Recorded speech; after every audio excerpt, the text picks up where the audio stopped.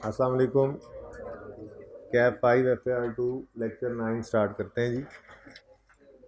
Question number 3 के बारे में कल मैं अर्ज़ कर रहा था कि कर लें, लेकिन आप लोगों ने कहा नहीं नहीं बस मर गए, बर्बाद हो गए, अब तो कुछ नहीं हो सकता, तो उसको कर लें। घर पे ट्राई किया, हाथ खड़ा करें। कितने बच्चों ने ट्राई किया? इसीलिए मैं कहता हूँ क्लास में जो हो वो कर लें, घर पे तो आपने यही करना होता है। चलें। English Pharmaceutical Limited, a listed company, has provided you with following information related to the year ended 30 June 13. EPL has developed and patented, developed and पहले डेवलप की उन्होंने, डेवलप हो गई होगी तभी पेटेंट अपने नाम करवाया होगा ना। 2 vaccines A and B at a cost of 160 million and 120 million respectively. B 120 million की कॉस्ट पे और ए 160 मिलियन की कॉस्ट पे। ठीक हो गया। Based on market analysis, it is estimated that vaccine A would generate revenue of 300 million per annum for next 5 years, whereas vaccine B would generate annual revenue of 80 million for an indefinite period. मेरा पहला सवाल तो आपसे ये है कि क्या ये 300 पर एनम और 80 मिलियन पर एनम, अच्छा जी, मैं बात ये कर रहा था कि बिजली बीच में चली गई, फिर ना चली जाए। 300 मिलियन पर एनम वैक्सीन ए ने जनरेट करना है अगले 5 साल, यानी कि वैक्सीन ए से हमें जो बेनिफिट आना है फ्यूचर में 5 साल तक आना है। और वैक्सीन बी से 80 मिलियन आना है, पक्का पता नहीं है कितने अरसे के लिए, इनफिनिट नहीं है, इनडेफिनिट है, पक्का पता नहीं है कितने अरसे के लिए आना है। ठीक है। मेरा पहला सवाल ये मैं करने लगा था, क्या ये 300 पर एनम और 80 मिलियन पर एनम ये रेलिवेंट है हमारे लिए? हमारा सवाल है, in the light of international financial reporting standards explain how above expenditure may be accounted for. तो इसमें ये 300 और 80 जो है ये तो रेवेन्यू है। देखें, फिक्स्ड एसेट या इंटेंजिबल, इसकी हमने डेफिनेशन पढ़ रखी थी, ऐसा रिसोर्स है जो फ्यूचर में हमें बेनिफिट देगा। वो benefit in the form of generation of sales भी हो सकता है, in the form of saving of cost भी हो सकता है। तो चाहे रेवेन्यू जनरेट करे फ्यूचर में एक एसेट हमारा, जो रेवेन्यू जनरेशन में मदद दे, चाहे कॉस्ट सेविंग में मदद दे, वो तो प्रॉफिट एंड लॉस अकाउंट के अंदर इम्पैक्ट्स आते हैं। सेल बढ़ेगी फ्यूचर में तो प्रॉफिट एंड लॉस में इनकम रेवेन्यू सेल्स आएगा, एक्सपेंस सेविंग आएगी, कॉस्ट सेविंग आएगी, तो वो उसका इम्पैक्ट तो प्रॉफिट एंड लॉस में जाएगा। तो इंटेंजिबल ने फ्यूचर में फायदा देना है, इसलिए इसको इंटेंजिबल कह रहे हैं हम। वो फायदा जितना है वो प्रॉफिट एंड लॉस के अंदर आ जाया करता है, फ्यूचर ईयर्स में आता रहेगा। हमारे इस सवाल के अंदर इस 300 और इस 80 को हमने इग्नोर करना है। ठीक है, पहली बात तो ये होगी। अब उसने कहा कि डेवलप कर लिया है और पेटेंट करवा लिया, इसका मतलब ये इंटेंजिबल तो है। ठीक है। अब सबसे पहले तो हम ये कहेंगे कि ये एक इंटेंजिबल है, ए भी और बी भी। ठीक है। इनकी कॉस्ट जो है वो 160 और 120 मिलियन है। ये बात करने के बाद अब अगली बात हम करेंगे कि क्योंकि ये वैक्सीन है, ना तो ये वर्क इन प्रोग्रेस है, ना ये जो है वो इंटरनली जनरेटेड गुडविल है, ए की बात कर रहा हूँ, ना ही ये इंडेफिनिट लाइफ वाली वैक्सीन है, वैक्सीन ए। तो इसका मतलब ये एमोर्टाइज होगी। सवाल के अंदर लाइफ गिवन है 5 साल, तो 5 साल के ऊपर इसको हमने एमोर्टाइज कर देना है। ये डिस्कशन वैक्सीन ए की होगी। वैक्सीन बी के बारे में हम कहेंगे कि क्योंकि इसकी यूजफुल लाइफ इनडेफिनेट है, क्योंकि वो कह रहा है 80 मिलियन जो है पता नहीं कितने अरसे के लिए आना है, तो इसलिए हम इसको एमोर्टाइज नहीं कर सकते, लेकिन हम इसको टेस्ट करेंगे फॉर इम्पेयरमेंट एनुअली। ठीक है। अब ये वाली अंग्रेजी सिर्फ लिखनी है, इसके अलावा और कुछ लिख नहीं सकते हम इसके अंदर। एक नज़र मार लें जरा सोल्यूशन पे। सोल्यूशन कौन से सफ़े पे बता ही दो। ये cost of developing new vaccine should be capitalized as an intangible because it is probable that future benefits will flow. The cost of asset can be measured reliably. Vaccine A should be amortized over. अच्छा, ये बड़ा ज़रूरी है, शुक्र है ये यहाँ पे आ गया, मैं ये आया सोल्यूशन के अंदर। जब भी कभी आपने एक्सप्लेनेशन वाला सवाल करना है, ठीक है, और आपने उसमें इंटेंजिबल को रिकॉर्ड करना है, तो इंटेंजिबल को रिकॉर्ड करने में सिर्फ ये नहीं कहना कि vaccine A and B shall be recorded as an intangible. ठीक है, इससे पूरे नंबर नहीं मिलेंगे, बल्कि आपने थोड़ी सी बात कर देनी है। वो 2 क्राइटेरिया तो याद है, बचपन से सुनते देखते आ रहे हैं, ठीक है। तो आपने यूँ कहना है कि vaccine A and B shall be recorded as an intangible because it is probable that future economic benefits will flow and cost can be measured reliably. Therefore, A and B shall be recorded at 160 and 120 million respectively. ऐसे बोल दो, ये थोड़ा सा different लिखा हुआ, मतलब कि ये 2 क्राइटेरिया आपने लिख देने हैं। क्या कहोगे कि vaccine and A and B shall be recorded as an intangible because, बोलो, it is probable that future economic benefits will flow. मत लिखो कितना कितना फ्लो होना है, ये बता दो सिर्फ, ठीक है। And cost can be measured reliably.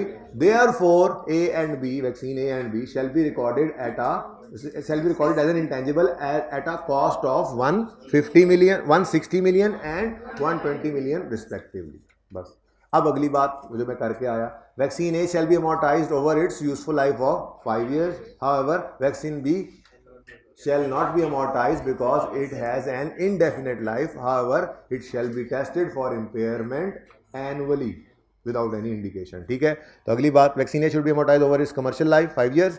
Since there is an indefinite useful life of B, it should not be amortized. Instead, EPL should test intangible for impairment by commercial allowance. अच्छा, ये भी इंपॉर्टेंट बात है, ये भी मैं भूल गया। देखो आपने प्रैक्टिस करनी है ना। मैं तो 6 महीने पहले ये सवाल पढ़ा होगा, शायद सोल्यूशन देखा होगा, 6 महीने गुजर गए थे अब उसको। देखो ये इंपॉर्टेंट बात है। मैंने सिर्फ क्या बोल दिया, मैंने क्या बोला, vaccine B shall not be amortized because its life is indefinite. However, it shall be tested for impairment annually. मैंने बस कर दी बात। एक लाइन छोटी सी और लिख दो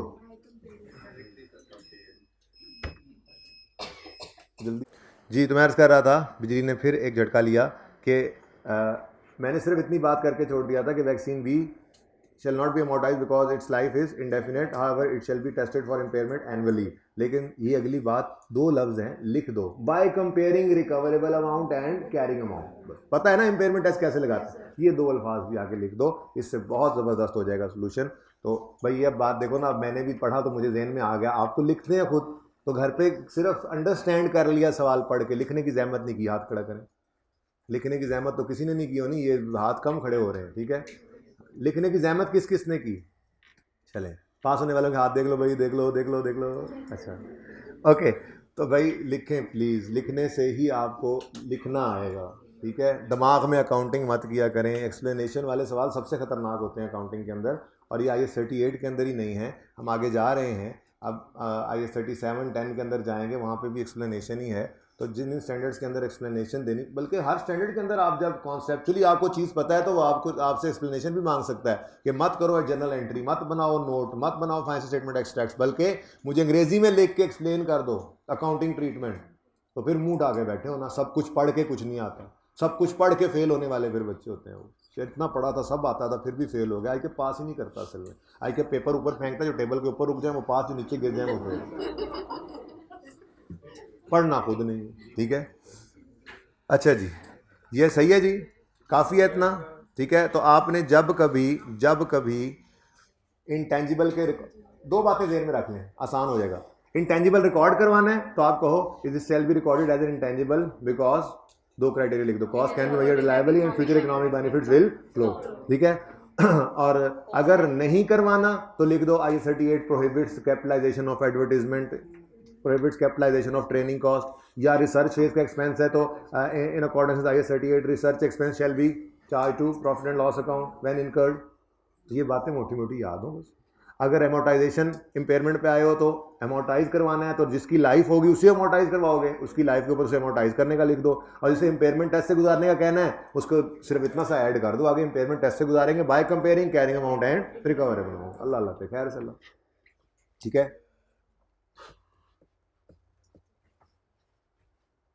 जी। 5 नंबर के लिए ये सब कुछ लिखना जरूरी था, 5 नंबर थोड़े नहीं होते। 5 × 1.8 करें तो 8 मिनट भाई कह रहे हैं, 8 मिनट लिखना है तो 8 मिनट में कुछ ना कुछ तो लिखना ही है ना। 8 मिनट है आपको लिखने के लिए, तो ये सब कुछ आप 8 मिनट में लिख सकते हैं। और प्लीज़ स्पीड स्टार्ट से ही पर्चे के बना के रखा करें। अब तो आप सीनियर हो गए, FAR 2 में आ गए, अब आपको क्या समझाना। पहले सफ़े पे इतना साफ़ सुथरा लिखा होता है, एक तो पेन भी नया देकर जाते हैं, दूसरे सफ़े से आहिस्ता आहिस्ता ऐसे राइटिंग होती जाती है, आखिरी 3-4 सफ़े खुद को दोबारा पढ़ने पर समझ नहीं आते। उससे बेहतर ये है कि आप स्टार्ट से ही एक नॉर्मल स्पीड रखें, अच्छी स्पीड से ही स्टार्ट से चले, ठीक है ना। ओके, लो जी पहले 3 कर दें, 1 तो हो गया, पहले 3 कर दें। ₹5 million were spent on training on technical staff. आगे पढ़ने की जरूरत ही नहीं, हालांकि आगे उसने जमीन आसमान के कलाबे मिलाए हुए होंगे, पता नहीं क्या क्या खसूसियात बताए, कहानियां डाली होंगी। आपने किसी बात से परेशान नहीं होना, आपने डट के खड़े रहना है, ठीक है। तो 5 million were spent on training of technical staff, ये एक्सपेंस होना है। चलो लिखा है उसने बेचारे ने, पढ़ लेते हैं क्या कहता है। The training courses were conducted by leading experts of pharma production, leading, and are expected to improve the production quality significantly and reduce costs। क्या करें, इतना मेरा जोर लगाया, करना तो एक्सपेंस आउट ही था, ठीक है।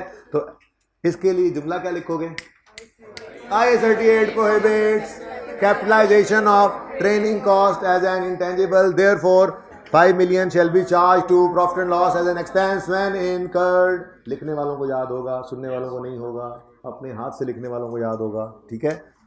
पढ़ के आए जरा।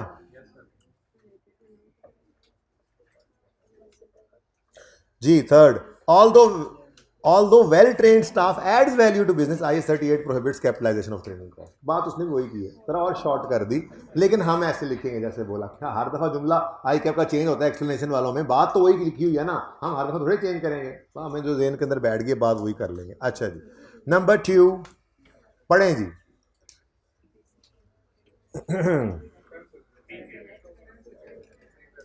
पढ़ लो, फिर भी ये ना हो इंट्रो वाली बात कोई आ गई हो, पढ़ लो फिर ना कहना हमें खबर ना हुई।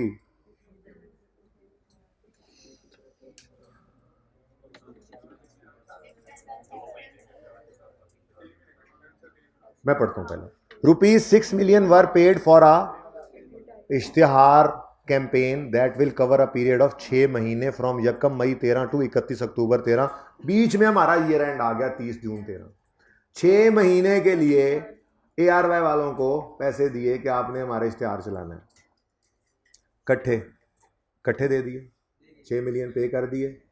अब है तो इश्तिहार एडवर्टीजमेंट, बनना तो एक्सपेंस है। IAS 38 वाला इंटेंजिबल नहीं है, लेकिन इंट्रो वाला एक्रूअल प्री पेमेंट तो मत भूलो, और वो तो अकाउंटिंग आती है कि नहीं आती है आपको। अगर आपने एक खर्चा आज एडवांस में पे कर दिया है, उस खर्चे से फायदा आपको अभी बाद में आना है, तो जिस दिन आपने पे किया वो प्री पेड एसेट है, ठीक है। अब आपने 1 मई को एक 6 मिलियन पे किया है, और इश्तिहार ने चलना है मई जून जुलाई अगस्त सितंबर अक्टूबर। आपके साल में कितने महीने चल जाएगा, तो 2 महीने एडवर्टीजमेंट एक्सपेंस बनेगा, 4 महीने प्री पेमेंट बनेगी, प्री पेड एडवर्टीजमेंट, ठीक है। अच्छा अब वो क्या कहता है, 6 million वर पेड। अच्छा, the directors believe that campaign would help achieve sale growth target of 8% for the next 2 years। भाई इसको तो हमने कुछ नहीं कहना, बट ठीक है छोड़ो इसको। एडवर्टीजमेंट वैसे ही इंटेंजिबल वाले केस में नहीं आ रही कि आप खोजिए फ्यूचर बेनिफिट आ रहा है, इसको आज हम कैपिटलाइज करें, एडवर्टीजमेंट तो एक्सपेंस आउट होनी है। मसला सिर्फ आई के अपने फनकारी यहाँ पे ये लगा दी थी 2 नंबर के लिए कि उसने प्री पेमेंट करवा दी थी। अब 2 तरीके हैं, आप यूँ समझ लें कि 1 मई को जब पे करना है, 1 मई सही वाली अकाउंटिंग करें, सही वाली अकाउंटिंग करें, क्योंकि कहीं लिखा नहीं हुआ रॉन्ग किया। अच्छा मैं दोनों बता दूंगा, लेकिन पहले सही वाली अकाउंटिंग कर लेते हैं, ठीक है। 1 मई को क्या होगा, प्री पेड एडवर्टीजमेंट डेबिट। इस दिन तो 1 रुपया भी एक्सपेंस नहीं ना बना। Pre paid advertisement debit, cash या बैंक क्रेडिट 6 मिलियन से, ठीक है।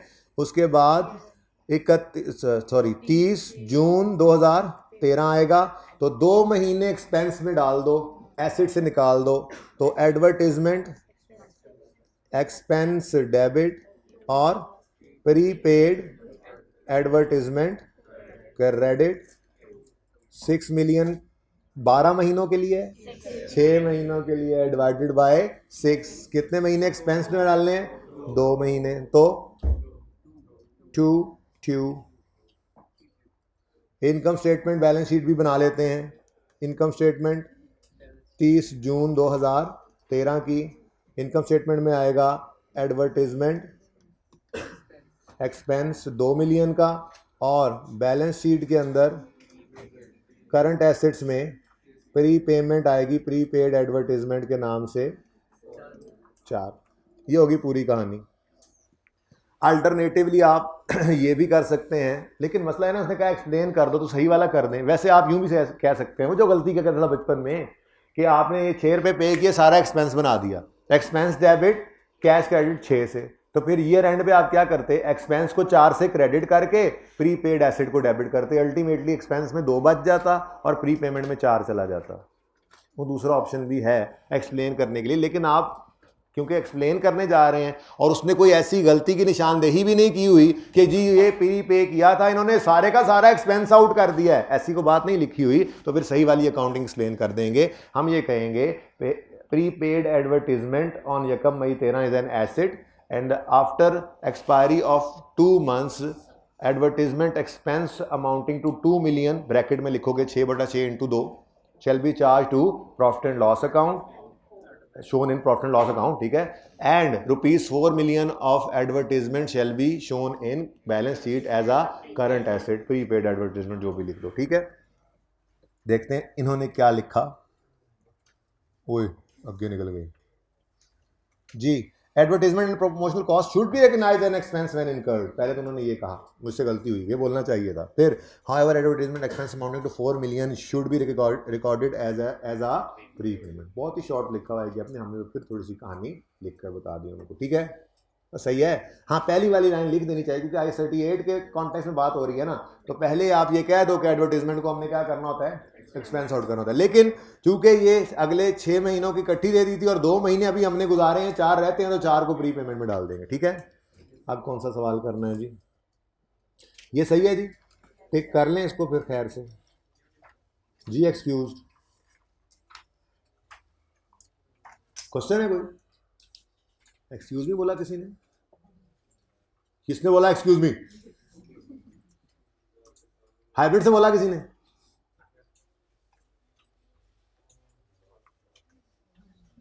ऑनलाइन वालों ने बोला है। बड़े मजाकिये हो गए हो आप लोग। पास पेपर 4 का ए बी कर लिया था ना हमने, पास पेपर 4 का ए फिर ओपन फरमा लीजिए। ओए नीचे आंसर ही पड़ा था, भागो ऊपर। TFL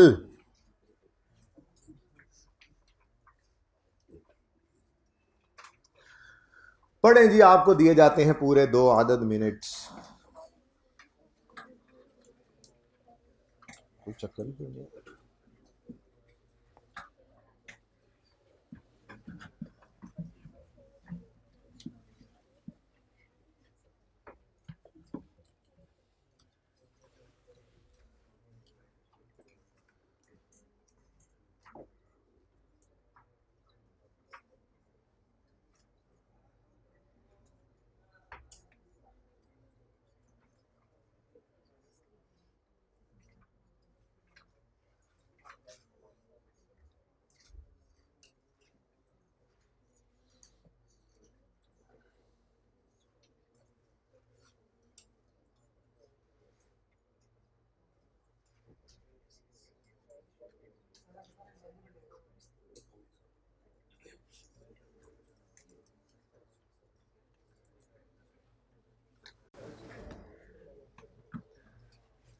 जी।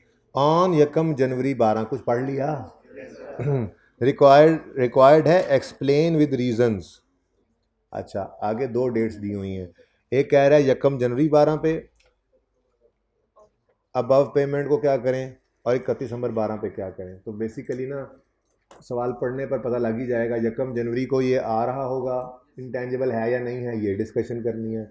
फिर 31 दिसंबर को ईयर एंड होगा तो अमोर्टाइजेशन वगैरह की डिस्कशन करनी होगी, ठीक है। अब ये 8 नंबर का है, चलें। ऑन यकम जनवरी 12 TFL acquired manufacturing rights of an assorted range of juices and ice creams from a well-known multinational company for 50 million। Nestle वालों ने सोचा हम जूस खुद नहीं बनाते, TFL वालों ने कहा ठीक है, आप हमें ये जो आपका जूस है इसके जो मैन्युफैक्चरिंग राइट्स हैं वो आप हमें कुछ अरसे के लिए दे दें, ठीक है, हम बना लेते हैं। 50 मिलियन रुपए इन्होंने पे किए और कितने अरसे के लिए अभी नहीं लिखा हुआ, चलें 50 मिलियन का इन्होंने ये प्रोडक्शन मैन्युफैक्चरिंग राइट जो है वो परचेज कर लिया। अब ये एक इंटेंजिबल होता है मैन्युफैक्चरिंग राइट, ठीक है। और ये मैन्युफैक्चरिंग राइट इन्होंने परचेज किया है, तो आउटराइट परचेज हो गई, ये इंटेंजिबल बन गया।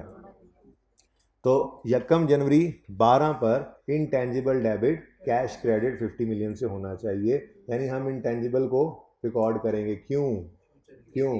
Future benefits will flow, probable है कि ये आएंगे। क्यों भाई? मैन्युफैक्चरिंग राइट है तो गुड्स मैन्युफैक्चर करेंगे, मैन्युफैक्चर करके बेचेंगे तो फ्यूचर में फ़ायदा आएगा, तो प्रोबेबिलिटी है ना। तो प्रोबेबल है कि फ्यूचर में इकोनॉमिक बेनिफिट्स आएंगे और कॉस्ट लायबली मैयर हो सकती है, सामने लिखी तो हुई है 50 मिलियन कॉस्ट। ठीक है। अच्छा, उसके बाद वो कहता है the agreement is valid for 5 years and is renewable for another 5 years at a nominal price. ठीक है। तो अगर नॉमिनल उसने प्राइस दी नहीं है तो और ज़िंदगी आसान है। वो खुद कह रहा है रिन्यूएबल है, नॉमिनल पे है, मिनिमल पे है, तो इसका मतलब हम लीगल लाइफ इसकी 5 साल लेंगे या 10 साल लेंगे? आज ही 10 साल लेंगे। उसने मिनिमल जो अमाउंट थी जिसके ऊपर उस रिन्यू करवाना है वो भी नहीं बताई, उसकी हमें ज़रूरत भी नहीं होती है। उसकी ज़रूरत तो उस साल में पड़ेगी जब छठे साल के पहले दिन हमने वो पे करनी है, और मिनिमल हो तो एक्सपेंस आउट करना है। वो हम एंट्रीज तो कर नहीं रहे, हम तो अपने साल के अंदर खड़े हुए हैं, तो हमने लीगल लाइफ क्या लेनी है? 10 साल लेनी है। ये अब जब 31 दिसंबर की डिस्कशन कर रहे होंगे तो वहाँ पर हम इस बात को करेंगे। ठीक है।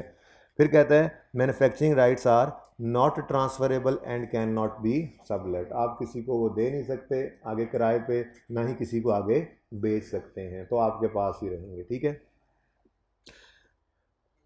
After erection of its plant TFL started manufacturing the product on यकम जुलाई 2012। आगे ना पढ़ें। इंटेंजिबल साहब रेडी टू यूज़ किस दिन है? यकम जनवरी 2012। क्यों? बच्चों, आपने फैक्ट्री लगाने में 6 महीने लगाए हैं, इंटेंजिबल तो तैयार था, फैक्ट्री पहले लगा कर लेते तो पहले ही दिन से आप इस्तेमाल कर सकते थे, बिल्कुल वैसे ही जैसे IS 16 में होता था। अगर एसेट रेडी टू यूज़ हो गया है किसी दिन और आपने किसी वजह से सुस्ती से कमर्शियल प्रोडक्शन स्टार्ट नहीं की है, तो डेप्रीसिएशन ने फिर वेट नहीं करना, डेप्रीसिएशन को स्टार्ट करना है जिस दिन एसेट रेडी टू यूज़ हो गया। तो एसेट रेडी टू यूज़ हुआ, हमारा इंटेंजिबल रेडी फॉर यूज़ है, रेडी फॉर राइट मिल गया हमें यकम जनवरी 12 को, तो यकम जनवरी 12 पे ये हमारे पास अवेलेबल है फॉर यूज़। वो अलग बात है कि हमने एक्चुअली यूज़ किस दिन किया? After erection of plant manufacturing the TFL started manufacturing the products. तो एक्चुअली यूज़ किस दिन हुआ? यानी मैं यूँ लिख दूँ, कमर्शियल प्रोडक्शन किस दिन स्टार्ट हुई? यकम जुलाई 2012 पे। For the purpose of amortisation हम यकम जनवरी को लेंगे या यकम जुलाई को? यकम जनवरी यूज़ करेंगे। कमर्शियल प्रोडक्शन लेट हुई तो इसमें आपका कसूर है, इंटेंजिबल का कोई कसूर नहीं है, क्योंकि इंटेंजिबल की लाइफ तो यकम जनवरी से ही शुरू हो गई है। अब 5वें साल के एंड पे या 10वें साल के एंड पे जाके आपको वेल नोन मैन्युफैक्चरर ने, मल्टीनेशनल कंपनी ने ये नहीं कहना कि आपने चूँकि 6 महीने बाद यूज़ करना शुरू किया था, प्रोडक्शन शुरू की थी, इसलिए आप मज़ीद 6 महीने इस्तेमाल कर लें। ऐसा नहीं है, यकम जनवरी से ही 10 साल गिनने हैं वेल नोन मल्टीनेशनल कंपनी ने, और अपना इंटेंजिबल फिर वापस ले लेंगे। ठीक है, बात समझ आई? चलें, उसके बाद कहता है due to intense competition the new product were not able to achieve the desired sale in first 6 months of their launching. हाँ, ये एक इंडिकेशन है बिल्कुल। अब देखो, ये रेंट पे खड़े होंगे, इंटेंजिबल को इम्पेयर करने की बात तो करेंगे ही, ठीक है, लेकिन साथ ही साथ हम चूँकि एक इंडिकेशन आ गई तो थोड़ा सा उसे कह देंगे कि जी देखें, चूँकि डिज़ायर्ड रिजल्ट नहीं आए तो अच्छा है आप अपने एसेट को एक बार, इंटेंजिबल को एक बार इम्पेयरमेंट टेस्ट से गुजार लें by comparing recoverable amount and carrying amount. ठीक है। ठीक है, अंग्रेज़ी तो आप लिख ही लेंगे, मेरे ख्याल में तो पहले जो है हम एंट्रीज कर लेते हैं इसके पास। ठीक है, तो ये कौन सा सवाल है? तीसरा है? नहीं, ये तो तीसरा है ना, ये वाला, इसको तो ऊपर ले दें।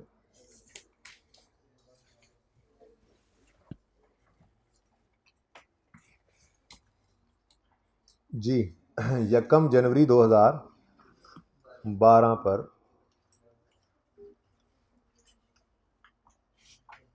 इंटेंजिबल डेबिट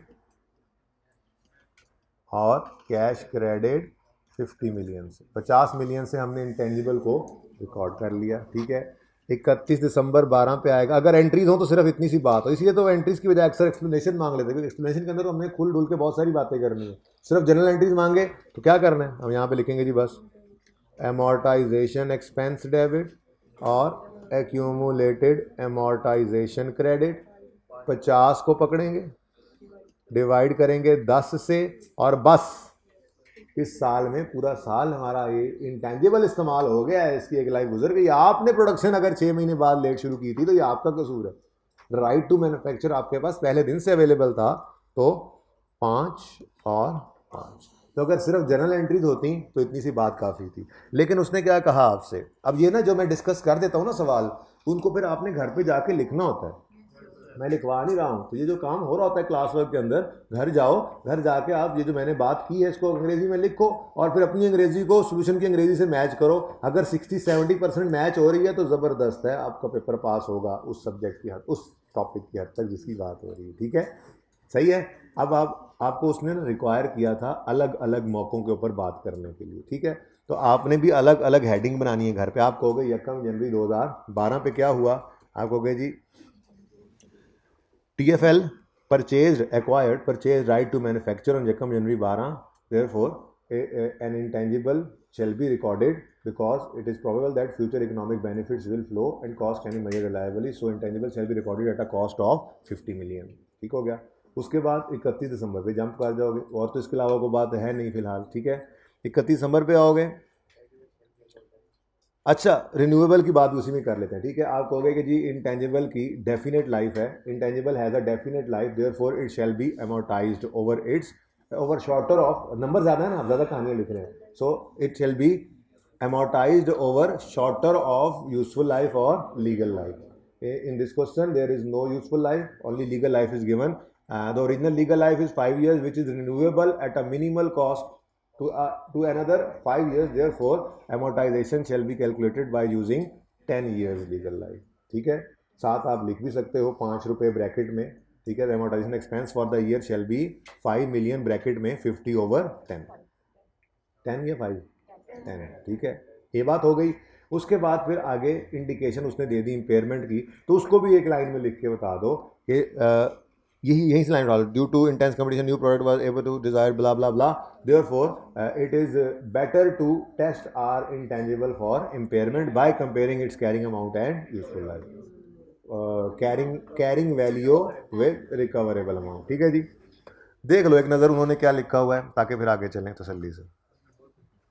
उन्होंने यही बातें लिखी हुई हैं जी, देख लो। I38 allows recording of intangible without physical blah blah blah. It is probable that except future economic benefits will flow, cost can be measured reliably। ये बात बोली थी हमने भी। ठीक है, since right acquired meet above condition, it shall be recognized as an intangible। Done। उसके बाद 31 नंबर पे क्या करना है, I38 permits an entity to adopt cost or revaluation model। ये बात अभी थ्योरी में पढ़ानी है मैंने आपको। ठीक है, ये अलाउ I38 भी करता है, तो नंबर ज़्यादा थे ना तो उसने ये बात भी लिख दी। अच्छा चलो ठीक है। फिर रिवैल्यूएशन मॉडल कब अडॉप्ट होता है, ये दोनों बातें ना अभी डिस्कस नहीं हुई आपसे, इसलिए मैंने यहाँ पर जिक्र भी इनका नहीं किया हुआ। नंबर ज़्यादा हो वहाँ पे जाकर बताऊँगा, जब मैंने आपको रिवैल्यूएशन की बात डिस्कस करनी है, आज थ्योरी डिस्कस करनी है हमने सवालों के बाद। ठीक है, तो मैं आपको यही बात समझाऊँगा कि अगर नंबर ज़्यादा हो तो फिर आपने ये बताना है, देखो इनिशियल मेजरमेंट 50 मिलियन की कॉस्ट पे हो गई है, subsequent measurement balance sheet date पे होती है, जहाँ पे वो IAS 16 की तरह से ये भी अलाउ करता है कि आप, IAS 16 कहता था कि सब्सिक्वेंट मेजरमेंट में आप कॉस्ट मॉडल या रिवैल्यूएशन मॉडल पे आ जाओ। IAS 40 आया, उसने कहा इनिशियल मेजरमेंट कॉस्ट पे करो, सब्सिक्वेंट मेजरमेंट कॉस्ट मॉडल या फेयर वैल्यू मॉडल पे आ जाओ। IAS 38 आया, इसने भी कहा इनिशियल मेजरमेंट कॉस्ट पे करो, सब्सिक्वेंट मेजरमेंट में आपका ऑप्शन है कॉस्ट मॉडल पे आ जाओ या रिवैल्यूएशन मॉडल पे। लेकिन ये बात ज़्यादा नंबर होने की सूरत में करनी है। कब करोगे ये बात, रिवैल्यूएशन वाली, और उसमें 2-3 बातें हैं जो पढ़ाने के बाद आपको जाहिर है बताऊंगा ना कि पढ़ लोगे जवाब, इसलिए मैंने आगे ये नहीं पढ़ाया। ठीक है, वो पढ़ाता हूँ आपको कि रिवैल्यूएशन बहुत ही कम चांसेस होते हैं कि एक इंटेंजिबल जो है वो रिवैल्यूएशन मॉडल के ऊपर चला जाए, उसकी शराइत बड़ी सख्त है, लेकिन मॉडल तो मौजूद है तो पढ़ लेते हैं उसको, अभी पढ़ा नहीं है। ठीक है, अब कहता है cost model requires intangible asset to be carried at cost less accumulate. ये सारी बातें ना, ये पहले तीनों पॉइंट्स आपको समझ आएंगे अभी जब मैंने थ्योरी में जाकर पढ़ाना है आपको, ठीक है ना, क्योंकि ये बातें मैंने आपको पेंडिंग में डाली हुई थी कि रीवैल्यूएशन की बात करनी है, वो आज प्लान के अंदर है करना उसको, ठीक है। अब यहाँ वाली बात, इससे आगे वाली बातें जो हैं ये हमें पता है, ये हमने डिस्कस कर ली है। क्या कहता है जी, अमोर्टाइजेशन शेल बिगिन फ्रॉम यकम जनवरी 12 when it is available for use. रेजुअल value of intangible, ये बात भी उन्हीं के साथ ही पढ़ेंगे। अच्छा, I-38 includes renewal period in useful life if it is renewable without significant cost. Therefore, amortization should be made systematically over useful life of 10 years. An impairment rule shall be undertaken at year-end balance because the failure to achieve desired is an indication that new product may not generate record blah blah blah blah blah blah blah। ठीक है, तो 3 points 1 2 3 ये वाले, और चौथा residual value वाला। ये points क्योंकि अभी डिस्कशन में नहीं आए हुए, इसलिए मैंने अभी इनको पढ़ाना आपको मुनासिब नहीं समझा। क्यों उसमें खुल डुल के ये सारी बातें लिख दी, नंबर जो 8 थे, ठीक है, सही है ना। चलो अच्छा जी, उसके बाद अब करेंगे जी हम क्या करना है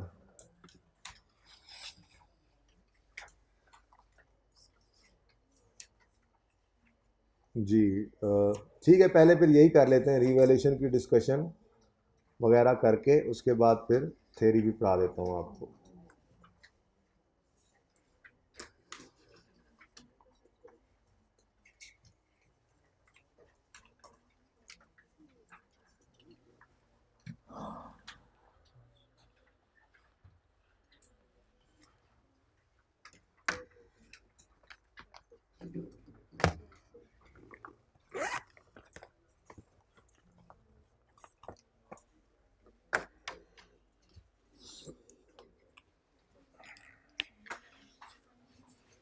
अच्छा जी,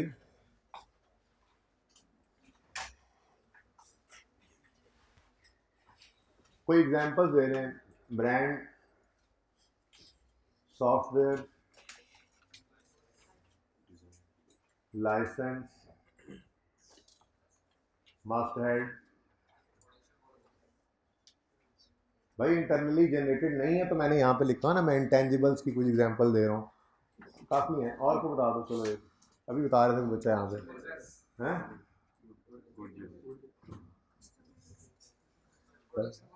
काफ़ी हैं यार, पता नहीं मुख्तलिफ है। सुनो, अब हमारे ये 4 इंटेंजिबल्स हैं। अगर पीपी का नोट बन रहा हो, ठीक, तो उसमें कॉलमनर फॉर्म में हम एसेट्स लेते थे, ऐसे ही इंटेंजिबल के अंदर हम कॉलमनर फॉर्म में जब लेंगे तो हमारे 4 कॉलम्स आ रहे होंगे, ठीक है ना।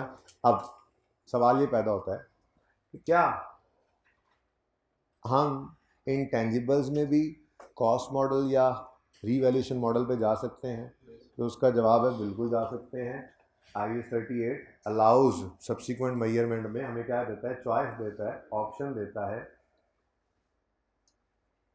कि आप चाहो तो सब्सिक्वेंट मेजरमेंट का मतलब पता है ना, बैलेंस शीट डेट के ऊपर सब्सिक्वेंट मेजरमेंट में आपके पास बैलेंस शीट डेट पे यानी आपके पास चॉइस है कि आप कॉस्ट मॉडल पे रहो। कॉस्ट मॉडल का मतलब क्या होता है, कॉस्ट मॉडल क्या कहता है, इंटेंजिबल को किस पे शो करो बैलेंस शीट में, कॉस्ट पे नहीं, cost less accumulated amortization less accumulated impairment loss। कोई फिगर ले लो, कोई ऐसी 100 रुपये, हाँ जी, 25 रुपये, 12 रुपये, ऐसे बताओ कैरिंग अमाउंट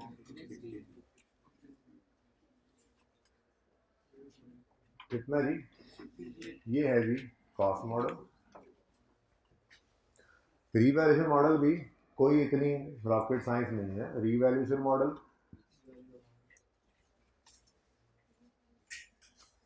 में आपका एसेट रीवैल्यूड अमाउंट पे नजर आ रहा होता है, जैसे मिसाल के तौर पे ऐसे 250 रुपये। फिर इसमें से भी डेप्रिसिएशन लेस होती थी ना रीवैल्यूएशन के अंदर। IS-16 वाला एसेट जब रीवैल्यूड अमाउंट पे चला, रीवैल्यूड मॉडल पे चला जाता था तो रीवैल्यूड अमाउंट डेप्रिशिएट होती थी, डेप्रिसिएशन तो माइनस करते हैं हम। ऐसे यहाँ पे अमोर्टाइजेशन, एक्यूमुलेटेड अमोर्टाइजेशन ऐसे 18 रुपये मिसाल के तौर पे लेस, और रीवैल्यूड एसेट भी, रीवैल्यूएशन मॉडल वाला एसेट भी कभी कभी इम्पेयर हो जाता था। FAR 1 याद करो, रीवैल्यूएशन एक ही दिन रीवैल्यूएशन और इम्पेयरमेंट भी आ रही होती थी, तो हो सकता है रीवैल्यूएशन मॉडल के अंदर भी इम्पेयरमेंट हुई पड़ी हो, एसेट को गुजारा जा सकता है इम्पेयरमेंट ऐसे, तो अक्यूमुलेटेड इम्पेयरमेंट लॉस, ऐसे ही कोई 8 जी 224, ये क्या है जी, बुक वैल्यू। पहले ये बात कर लेना कि ये वही है जो IS 16 में पढ़ा था हमने, ठीक है। तो सब्सीक्वेंट मेजरमेंट में IS 38 हमें अलाउ करता है कि कॉस्ट मॉडल यूज़ करना चाहो तो वो कर लो, रिवर्स मॉडल यूज़ करना चाहो तो रिवर्स मॉडल यूज़ कर लो, लेकिन अब बात ज़रा है, मैंने जगाया सोते हुओं को, लेकिन रीवैल्यूएशन मॉडल यूज़ करने के लिए ज़रूरी शर्त ये है कि एक्टिव मार्केट एग्जिस्ट करती हो, इंटेंजिबल की एक्टिव मार्केट एग्जिस्ट करती हो। आप हफीज़ सेंटर के साथ जो है वो एक अजीज़ सेंटर भी बना हुआ हो, अजीज़ सेंटर के अंदर जब आप जाते हो तो वहाँ पे आवाज़ लग रही हो, ब्रांड वाले 10-10 रुपये, 10-10 रुपये, ब्रांड ले लो 10 रुपये, साथ एक भाई खड़ा हुआ है, सॉफ्टवेयर ले लो। आप अपना सॉफ्टवेयर लेकर जाते हो, वहाँ पे बेच देते हो, आप अपना ब्रांड बेच रहे हैं, नया ब्रांड खरीद रहे हैं आप, ऐसा कुछ अगर है तो उसे कहते हैं एक्टिव। बाकी देखो टेंजिबल्स की एक्टिव मार्केट मौजूद है, गाड़ी बेचने जाओ, यहाँ जगह पर मार्केटें बनी हुई हैं, मंडियाँ लगी हुई हैं गाड़ियों की, ठीक है, गाड़ी लेके जाते हैं, बेच देते हैं, खरीदने वाले भी गए हुए हैं। कंप्यूटर खरीदना टेंजिबल है, कंप्यूटर खरीदने जाते हो, ऑफिस सेंटर के अंदर मार्केट है, एक्टिव मार्केट है, चीज़ें सेल हो रही हैं, परचेज हो रही हैं। लेकिन इंटेंजिबल्स की एक्टिव मार्केट पाकिस्तान में तो ख़ास तौर पे कोई नहीं है, बहुत ही कम होता है कि इंटेंजिबल्स की एक्टिव मार्केट हो। इसलिए मैं कह रहा था कि बड़ा ही मुश्किल है कि हम इंटेंजिबल को रीवैल्यूएशन मॉडल पर रखें, लेकिन इजाज़त है, स्टैंडर्ड कहता है रीवैल्यूएशन मॉडल यूज़ कर सकते हो, लेकिन उसके लिए शर्त क्या है, एक्टिव मार्केट एग्जिस्ट करती हो। अब मिसाल के तौर पे हमारे सॉफ्टवेयर की, लाइसेंस की, ब्रांड की, मास्टर्ड में से लाइसेंस की एक्टिव मार्केट एग्जिस्ट करती है, बल्कि ब्रांड की करती है मार्केट एग्जिस्ट, सॉफ्टवेयर की करती है, लाइसेंस की नो एक्टिव मार्केट, मास्टर्ड की भी करती है। मैंने कहा ज़्यादा को वो रख लेना, रिवर्स मॉडल समझाने लगा ना, ठीक है। अब पहली बात तो ये है कि IS 38 ये कहता है कि अगर आपने रीवैल्यूएशन मॉडल लगाना है तो सारे इंटेंजिबल्स के ऊपर फिर लगा दो, थोड़ा सा डिफरेंट IS 16 से तो कहते हैं ना क्लास ऑफ एसेट्स पे लगा दो, यहाँ पे क्या कह रहा है, रीवैल्यूएशन मॉडल लगाना है तो सब पे लगा दो। अब मिसाल के तौर पे इसकी एक्टिव मार्केट है, इसकी है, सब पे नहीं लगा दो, ठीक है, छोड़ो इस बात को, कंफ्यूज कर रही है। एक्टिव मार्केट शर्त है रीवैल्यूएशन मॉडल के लिए, ठीक है। अब रीवैल्यूएशन मॉडल हमने यूज करना है, ठीक है, इस पे भी लग गया, इस पे भी लग गया, इस पे भी लग गया, लाइसेंस की एक्टिव मार्केट नहीं है तो क्या बाकियों को भी हटा लें, बाकियों को हटाने की जरूरत नहीं है, हम इसको कॉस्ट मॉडल पे रखकर अपनी अंग्रेजी के अंदर उसको बता देंगे मजबूरी कि हमारे लाइसेंसेस की कोई एक्टिव मार्केट यहाँ पे एग्जिस्ट नहीं करती है, इसलिए मजबूरन हमें इसको कॉस्ट मॉडल पे रखना पड़ रहा है, ठीक है भाई, सही है। तो एक्टिव मार्केट का एग्जिस्ट करना ज़रूरी है अगर रीवैल्यूएशन मॉडल पे आपने लेकर जाना है इंटेंजिबल को। तो और अगर किसी की एक्टिव मार्केट ना हो और आप रीवैल्यूएशन मॉडल को अडॉप्ट कर चुके हो तो फिर आप लिख दीजिएगा कि जी मजबूरी के दर्जे में इस एक को हमने कॉस्ट मॉडल पर रखा हो। ऐसे तो हमने इन्वेस्टमेंट प्रॉपर्टी में भी देखा था, फेयर वैल्यू मॉडल सब पे लगाना है, ठीक है, किसी एक को फिर छोड़ नहीं सकते, लेकिन आप फेयर वैल्यू मॉडल को फॉलो कर रहे थे, किसी एक प्रॉपर्टी की फेयर वैल्यू डिटरमिन हो ही नहीं सकती है, तो फिर कॉस्ट मॉडल यूज करके बता देते थे कि ये मजबूरी है, बकरा जो है वो सूडान से आया है, अभी इसके साथ का कोई बकरा है नहीं मार्केट के अंदर, तो हमारे बकरे की कोई मार्केट वैल्यू है ही नहीं, ठीक है, बात समझ रहे हो, ठीक है। तो एक तो बात ये जहन में रख ले कि सबसे पहली, ये मैं 3-4 बातें इसमें कर दे तो फिर थ्योरी जाकर पढ़ते हैं, यही बातें हुई पड़ी होंगी, ठीक है ना।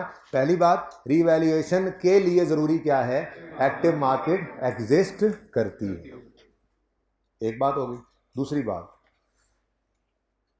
एक्टिव मार्केट एग्जिस्ट करती थी, रीवैल्यूएशन मॉडल पे एक इंटेंजिबल पड़ा था कि उसकी एक्टिव मार्केट खत्म हो गई। अब क्या करें, कॉस्ट मॉडल पे आएगा ना मजबूरन अब वो। तो कॉस्ट मॉडल के लिए ओरिजिनल कॉस्ट लेंगे या लास्ट वाली रीवैल्यूड अमाउंट को कॉस्ट लेंगे? लास्ट वाली रीवैल्यूड अमाउंट को फिर कॉस्ट कंसिडर करके आगे चलेंगे। एक ये बात हो गई, और मेरे जहन में कोई नहीं आ रही, देखते हैं साथ साथ पढ़ भी लेंगे। पेज नंबर, अच्छा जी मैं ये मिसाल में वापस आया ज़रा दोबारा। मिसाल के तौर पे थोड़ा सा बिजली ने ब्रेक ली तो मेरे जहन में भी थोड़ा सा ख्याल आया, लाइसेंस भी आगे डिफरेंट किस्म के होंगे ना, ठीक है। जैसे आपको फ़िशिंग लाइसेंस की एग्जांपल किताब में मिली थी, एक पास पेपर में ब्रॉडकास्टिंग लाइसेंस था, आपने गन रखी हुई है, गन का लाइसेंस है आपके पास। सॉल्ट माइनिंग फिशिंग एक जैसा ही हो गया। हाँ जी, व्हीकल का लाइसेंस, आपने टैक्सी चलाने का लाइसेंस रखा हुआ है, ठीक है, क्योंकि आप पढ़ेंगे नहीं तो फिर आपने तो। अब मिसाल के तौर पे हम कह रहे हैं कि रिवैल्यूएशन मॉडल यूज करना है, फिशिंग लाइसेंस भी बिकता है, ब्रॉडकास्टिंग लाइसेंस भी बिकता है, व्हीकल लाइसेंस भी, मार्केट ट्रेडिंग है इनकी, ठीक है ना, टैक्सी का लाइसेंस की वैसे होती नहीं, 12 ऐसे मिसाल ले रहा हूँ। गन के लाइसेंस की एक्टिव मार्केट नहीं है, तो क्या करें? क्या सारे लाइसेंस को ही छोड़ दें?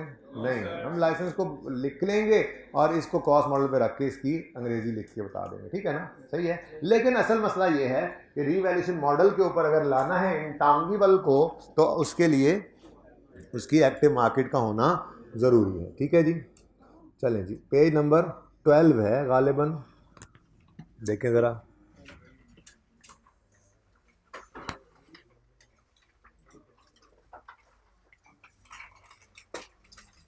पेज नंबर 12 ऑनवर्ड्स ही है जी।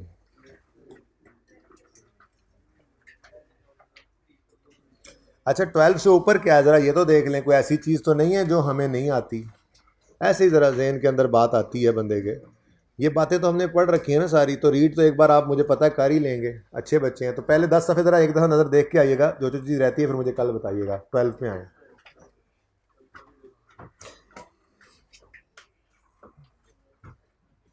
मयरमेंट, इनिशियल रिकग्निशन पे मयरमेंट कॉस्ट पे होती है, सब्सिक्वेंट मयरमेंट में। अब देखो ना 8 नंबर वाला TFL का सवाल था, तो उसने ये सारी बातें लिखी थी, हेडिंग जो यही थी, तो ये अभी तक हमने पढ़ी नहीं हुई थी, ये आज पढ़नी थी। तो अब अगर इतना दो तरह के सवाल हमने देखे हैं आज की क्लास में। पास पेपर 3 किया था, उसमें हमने शॉर्टली बस क्लोजिंग डेट बता दिया, मोटाइजेशन करनी है कि दूसरे की नहीं करनी, जिसको नहीं करना उसको पेमेंट ऐसे गुजारना है, बस नंबर जो थोड़े थे, ठीक है। यहाँ पे 8 नंबर का सवाल था, तो फिर जो मुमकिन था वो लिख दिया।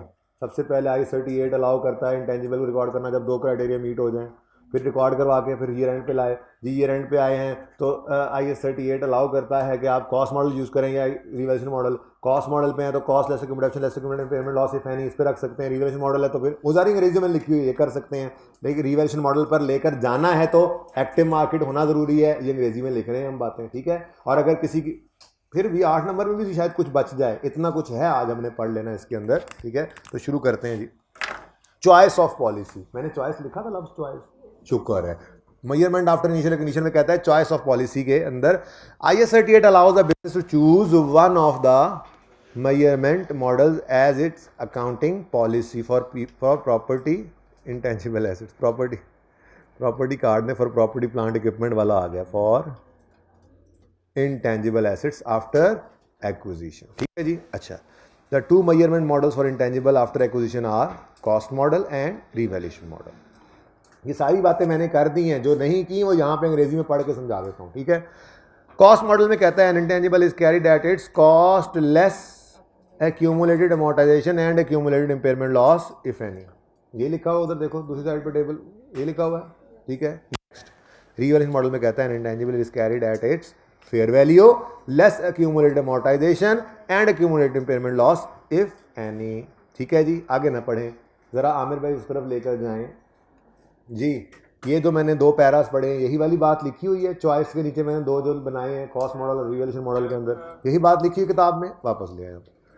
अच्छा, अब यहाँ से कहानी अगली शुरू होती है, कहता है revaluations shall be made with, नहीं पहले दूसरी बात, fair value shall be measured by reference to an active market. एक बात आगे ना पढ़े, अगली बात तो बताई नहीं, तो पहले सुन लें। हाँ भाई, रीवैल्यूएशन फेयर वैल्यू कैसे निकालनी है, एक्टिव मार्केट अगर हो, एक्टिव मार्केट के कॉन्टेक्स्ट में निकालनी है। उससे अगली बात आगे ना पढ़ो, पहले सुनो फिर पढ़ते हैं। कितनी फ्रीक्वेंसी होनी चाहिए रीवैल्यूएशन की, आइए 16 याद करो। आइए 16 कहता था कि इतनी को वो भाई कह रहा है 2 दफ़ा 2 साल बाद कर लें।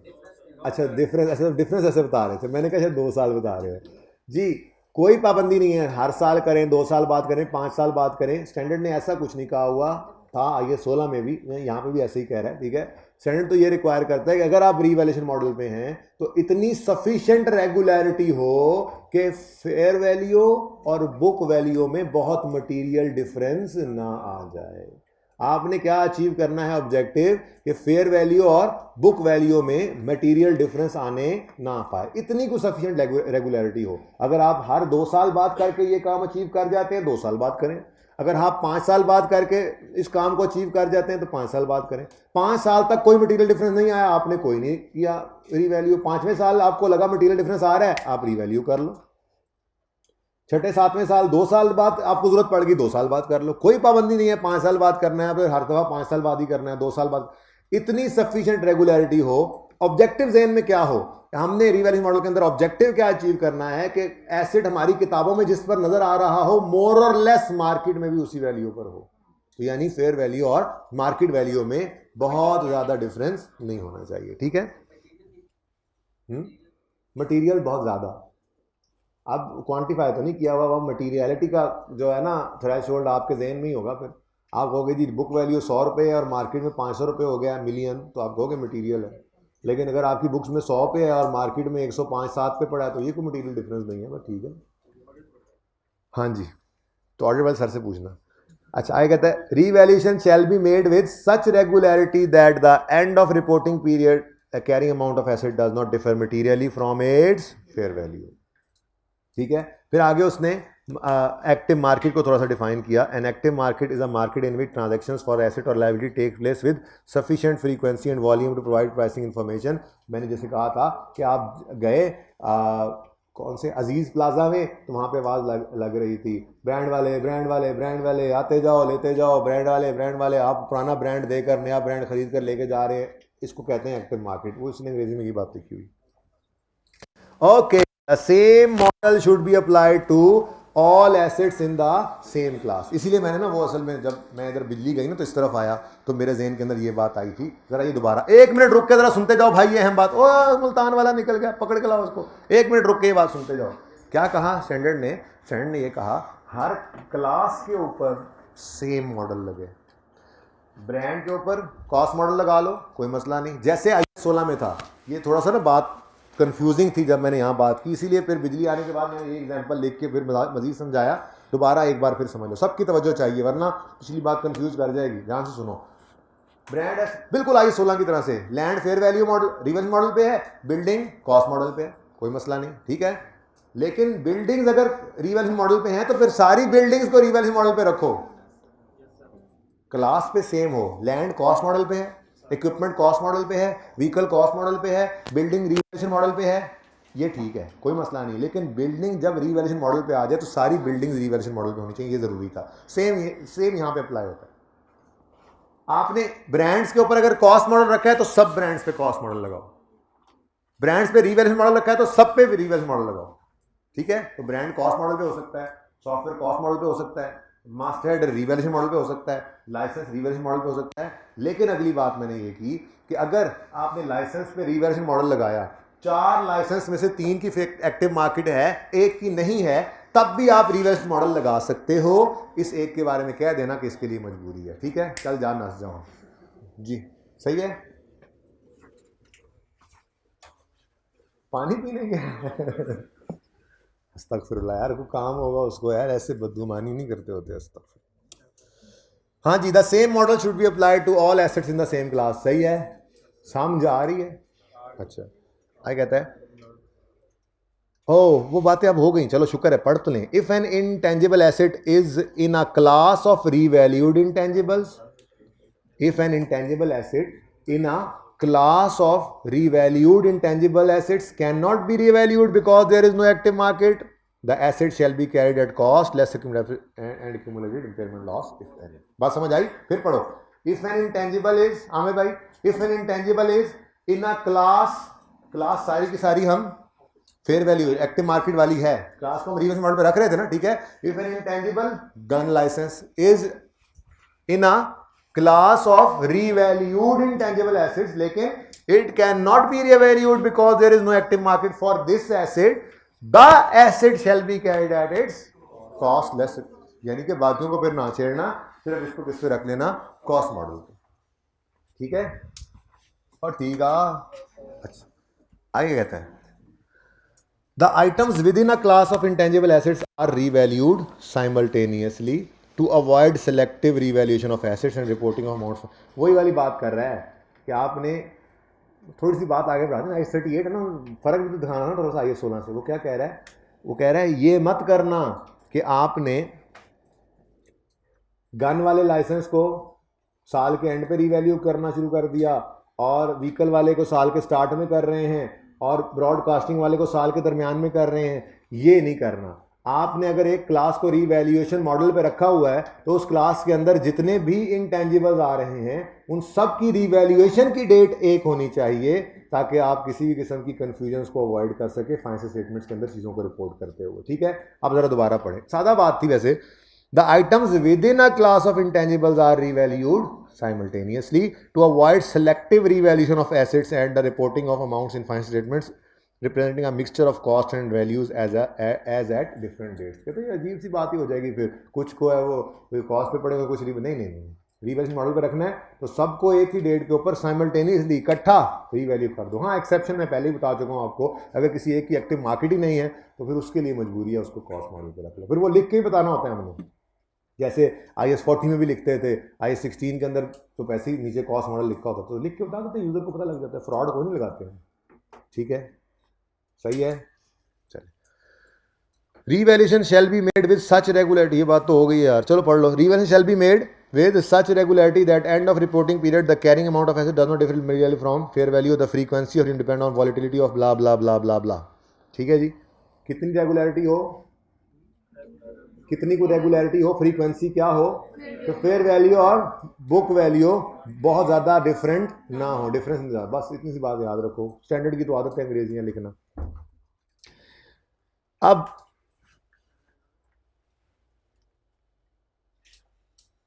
आजा यार, आजा अपनी सीट पे, तेरी किताबें वहाँ को नहीं होनी। अब थोड़ी सी बातें वो कहता है जो रीवैल्यूएशन मॉडल में अलाउड नहीं IS 38 वाले में, क्या सुनो। The revaluation of intangible assets that have not previously been recognized as an asset or initially recognized an intangible at amount other than cost।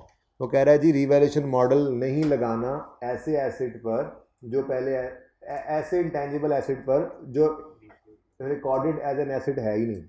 अजीब सी बात की उसने।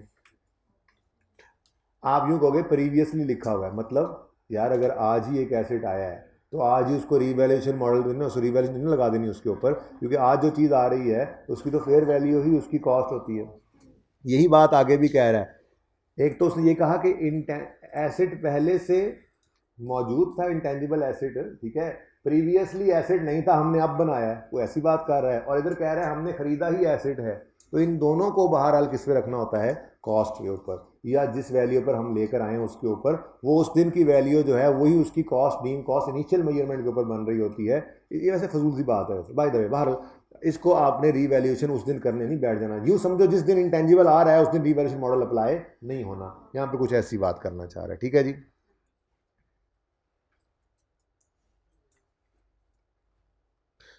पढ़ लेना, कोई इतने इंपॉर्टेंट पैराज नहीं है, अगला भी पढ़ लेना।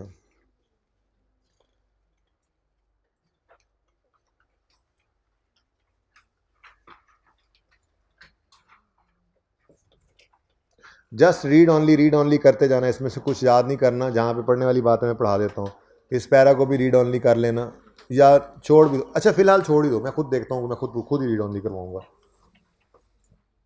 हाँ, ये बात मैंने पढ़ा दी है, इसको पढ़ लें।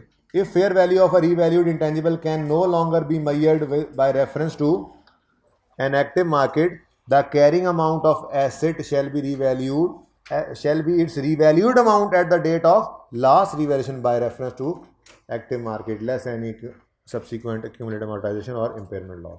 ये बात मैंने आपसे की थी कि अगर किसी इंटेंजिबल को फेयर वैल्यू रिवैल्यूएशन मॉडल के ऊपर रखा हुआ था और फिर उसकी एक्टिव मार्केट एकदम से खत्म हो गई, तो उसको किस पे रखना है? स्टैंडर्ड कहता है पैरा 82 के अंदर कि उसको आप लास्ट रीवैल्यूड अमाउंट लेस जितनी एक्यूमुलेशन हो चुकी है उसके बाद से उसके ऊपर आप किताबों में रख लेना। ठीक है,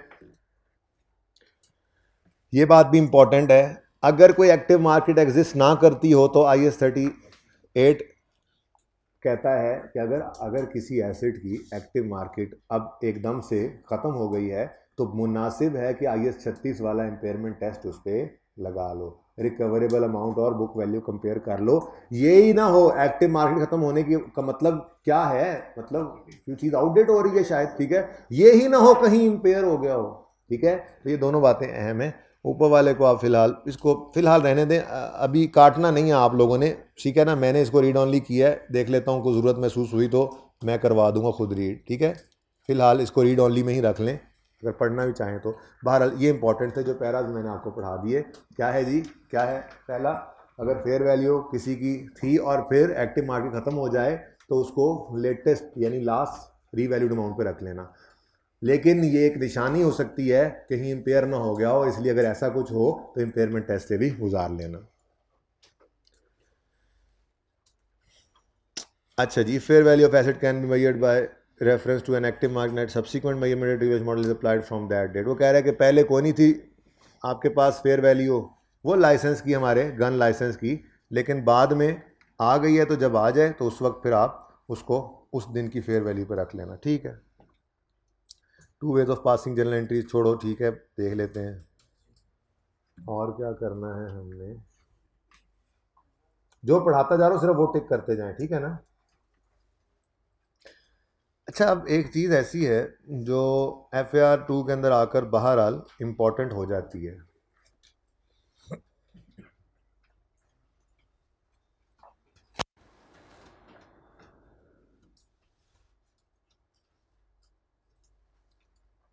ये पिछली दफ़ा वाले शुक्र है नज़र आ गया। ये जी पब्लिश फाइनेंशियल स्टेटमेंट्स हैं नेस्ले की।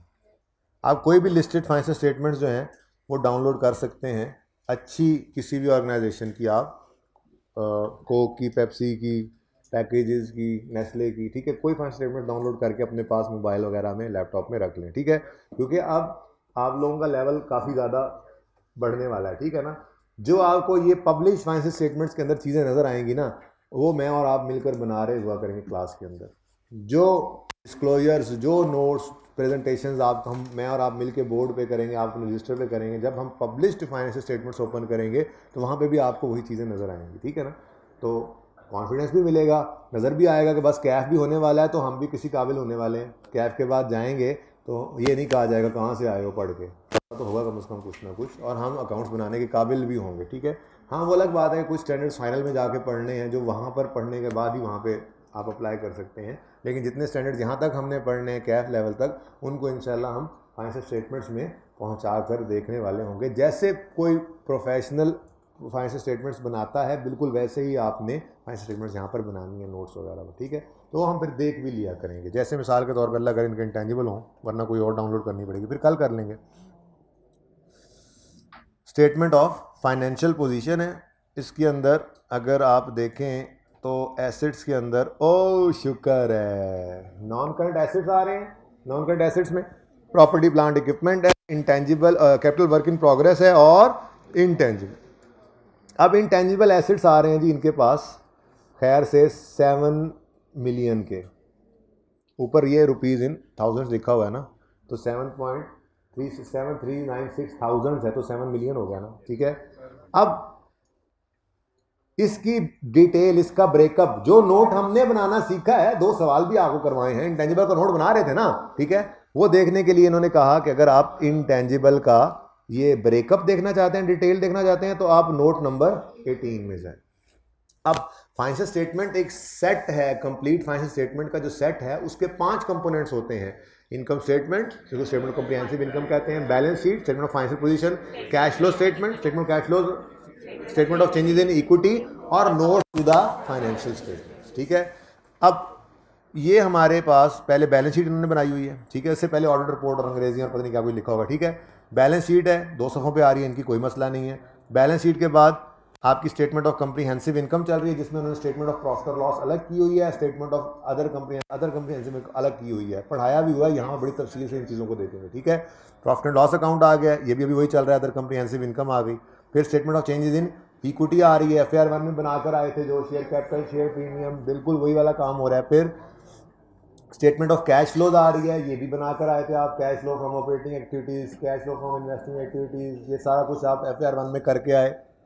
फिर notes to the financial statement, ये पांचवा कंपोनेंट था। Income statement, balance sheet, change in equity, cash flow और नोट्स, ये 5 कंपोनेंट्स मिलकर एक कंप्लीट सेट बनता है फाइनेंशियल स्टेटमेंट्स का।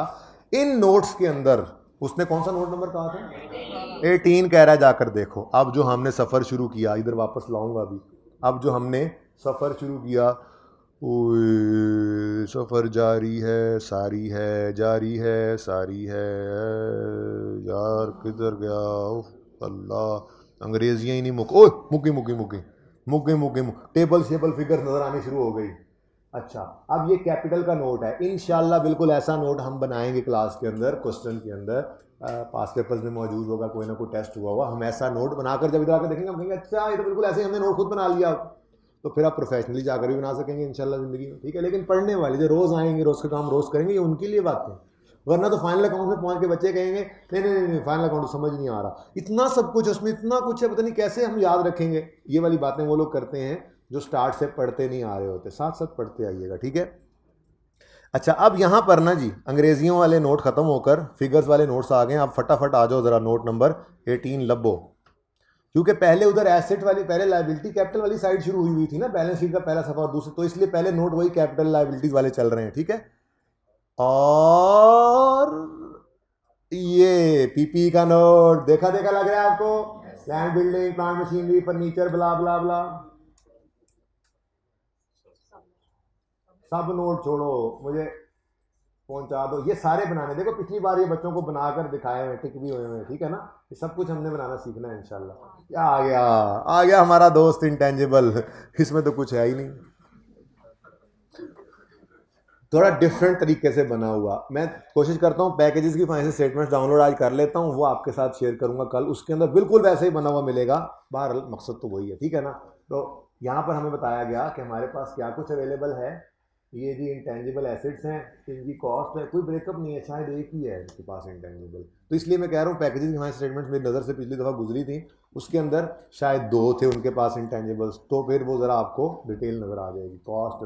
तो ब्रेकअप 7369 का उन्होंने तफसील से बता दिया कि कॉस्ट ओपनिंग बैलेंस इतना था, क्लोजिंग बैलेंस ये है, अमोर्टाइजेशन का ओपनिंग बैलेंस ये था, चेंज नहीं ना आया, उन्होंने ओपनिंग एडिशन क्लोजिंग कुछ नहीं लिखा, यही बैलेंस है, उन्होंने यही लिख दिया, पता नहीं क्या कर रहे हैं, हालांकि कोई चेंज पिछले साल इस साल वही चेंज है, सिर्फ अमोर्टाइजेशन का फर्क किया है मेरे ख्याल से।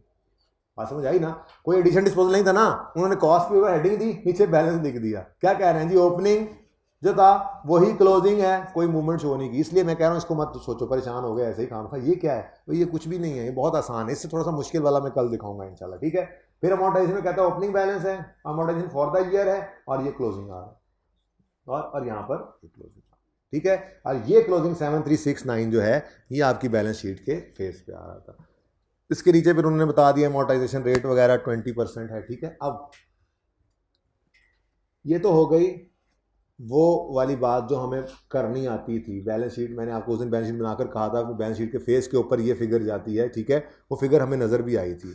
ये अंग्रेजियाँ क्या चल रही थी, कुछ ये समझ में आई बात, गुजर के हम इधर से गए, 12-15 नोट्स का सफ़ा शुरू हुआ, 12-15 सफ़े यही, ये जो येलो येलो किए हुए हैं ये इंशाल्लाह आपको पढ़ाने हैं सारे, ठीक है। ये तो आसान बातें, इंशाल्लाह ये भी बनाना सीखेंगे किसी न किसी सवाल के अंदर, ठीक है। असल कहानी शुरू होती है यहाँ से, summary of significant accounting policies. अभी तक ICAP ने FAR 2 के अंदर इसे टेस्ट नहीं किया, शायद एक आधे सवाल में है, थोड़ा बहुत को बता दूंगा। बहरहाल इंटेंजिबल का तो बिल्कुल भी टेस्ट नहीं हुआ होगा, अकाउंटिंग पॉलिसी के नोट्स भी बनवा सकता है, सिलेबस में तो है।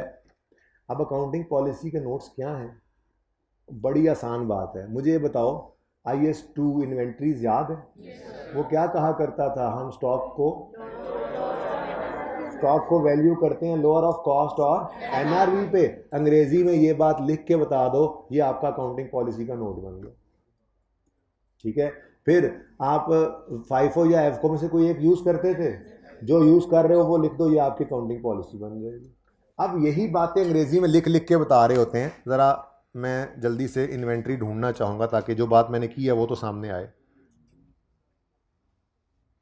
ये लीज शीज सब कुछ करना है हमने, टेंशन। ये देखो inventories are valued as per below mentioned.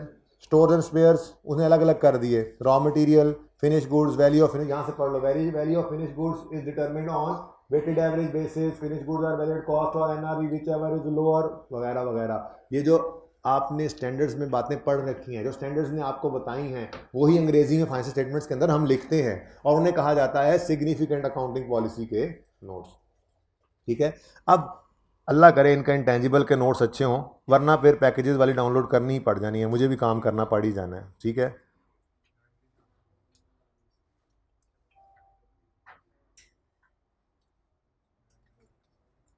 ये लीजेस सब कुछ ये हमने करना है। अच्छा, प्रॉपर्टी प्लांट, ये इंटेंजिबल। लो भाई, इंटेंजिबल के स्टैंडर्ड में आपने जो कुछ बातें पढ़ी हैं वही आपको इंशाल्लाह नजर आएंगी। देखते हैं, intangible assets are stated at cost less accumulation amortization and any identified accumulative payment loss. These are amortized using straight line method at rates given in note 18. सिर्फ रेट वहाँ दिया हुआ है, बाकी यहाँ बता दिया। amortization on addition is charged from the month in which it is acquired with no amortization is charged for the month in which intangible is disposed of. Subsequent expenditure on intangible is capitalized only when it increases the future economic benefits embodied in specific to asset it relates, and all other expenditure are charged to statement of profit or loss. इन्होंने तो बहुत ही कम लिखा हुआ है। मुझे याद करवाना है किसी एक बच्चे ने, मैं टीए नहीं याद करवा देना कि इनको दूसरी फाइनेंस स्टेटमेंट दिखानी ही पड़ेंगी। उसके अंदर ना ज़रा ज़्यादा बातें लिखी हैं, उसके अंदर कोई 8-10 बातें लिखी हैं, सारी इस तरह की बातें जो है ना अकाउंटिंग पॉलिसी के नोट्स के अंदर उसने लिख दी हैं। बल्कि उसके लिए तो आसान काम ये है कि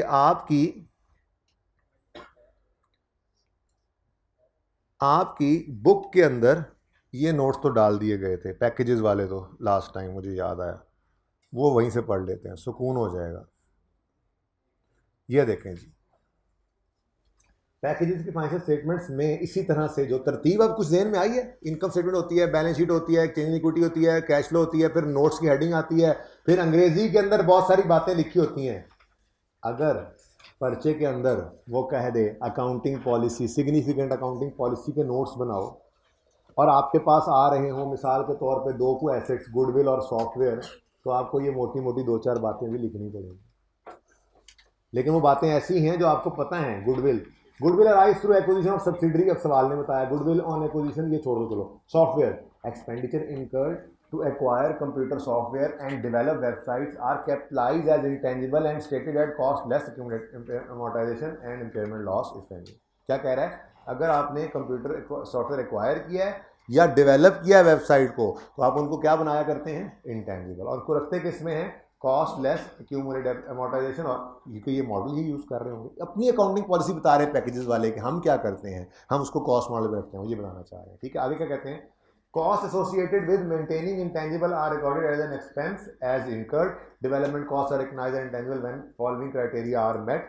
टेक्निकल वही वाली 6 बातें स्टैंडर्ड की उठाकर इन्होंने अपनी फाइनेंशियल स्टेटमेंट्स में लिखी हुई हैं। ये पैकेजेस की फाइनेंशियल स्टेटमेंट से उठाया गया, वही 6 क्राइटेरिया लिखे हुए हैं। कब डेवलपमेंट को आप कैपिटलाइज करते हो, फिर डायरेक्टली एट्रीब्यूटेबल कॉस्ट को आप ऐड करते हो। रिसर्च एंड डेवलपमेंट है तो रिसर्च एक्सपेंस जो है वो मीट क्राइटेरिया ना मीट कर रहा हो तो एक्सपेंस को इनकर जब होता है तो उसको प्रॉफिट एंड लॉस में डाल दो। और development cost previously recognised an expense जो है उसको भी आपने एसेट नहीं बनाना, ये बात की हुई है ना पहले। जो डेवलपमेंट एक्सपेंस आउट कर चुके बुरी वाली, अगर इंटेंजिबल बनने लग जाए तो उसको आपने कॉस्ट नहीं बना लेना। फिर amortisation method and period and intangible are amortised straight line method में सारी अंग्रेजियां लिख कर बता रहा है, कोई नई बात नहीं होती। आज तक ये टेस्ट हुआ तो नहीं है लेकिन हो तो सकता है। ठीक है, तो कभी ऐसा हो कि वो इंटेंजिबल का नोट बनवाया आपसे और साथ ये भी कह दे सिग्निफिकेंट अकाउंटिंग पॉलिसीज भी लिख दो, तो आपके पास अगर मिसाल के तौर पे लाइसेंस आ रहा है और सॉफ्टवेयर आ रहा है, ये 2 एसेट आपने बनाने हैं, तो वो डिब्बे वाला नोट तो आपने बनाना ही बनाना है। उससे पहले या उसके बाद में सिग्निफिकेंट अकाउंटिंग पॉलिसी का नोट भी आपको बनाना पड़ेगा। उसमें क्या लिखोगे, उसमें वही बात लिख दोगे। लाइसेंस के बारे में लिखोगे कि लाइसेंस को हमने ख़रीदा है तो उसको हम इंटेंजिबल बना रहे हैं क्योंकि उसकी 2 शराइत पूरी हैं, वही वाली बात जो स्टैंडर्ड ने बताई हुई है। ठीक है, फिर उसको हम अमोर्टाइज कर रहे हैं 5 साल पे या 10 साल पे, ये 2-4 बातें आपको अंग्रेजी में लिखनी पड़ेंगी, ये पता होना चाहिए आपको। ठीक है, तो ये आपके पेज नंबर 20 के ऊपर लिखी हुई हैं, इनको याद नहीं करना इनको 2-3 दफ़ा पढ़ लेना ताकि आपको आइडिया हो कि अगर पॉलिसी नोट्स आ जाएंगे तो हमने उनको किस तरह से टैकल करना है, बस एडमिन बना के, ठीक है। आज तक टेस्ट हुए नहीं हैं वैसे, ठीक है। शायद कोई एक आधे सवाल के अंदर है भी से तो फाइनल अकाउंट के अंदर आ जाएगा वो, लेकिन वैसे इसने टेस्ट किया नहीं है। ये कर सकता है, कर सकता है, पता होना चाहिए। आई कैप अभी अब तेज़ होता जा रहा है बहुत ज़्यादा। ओके, अच्छा जी, अब और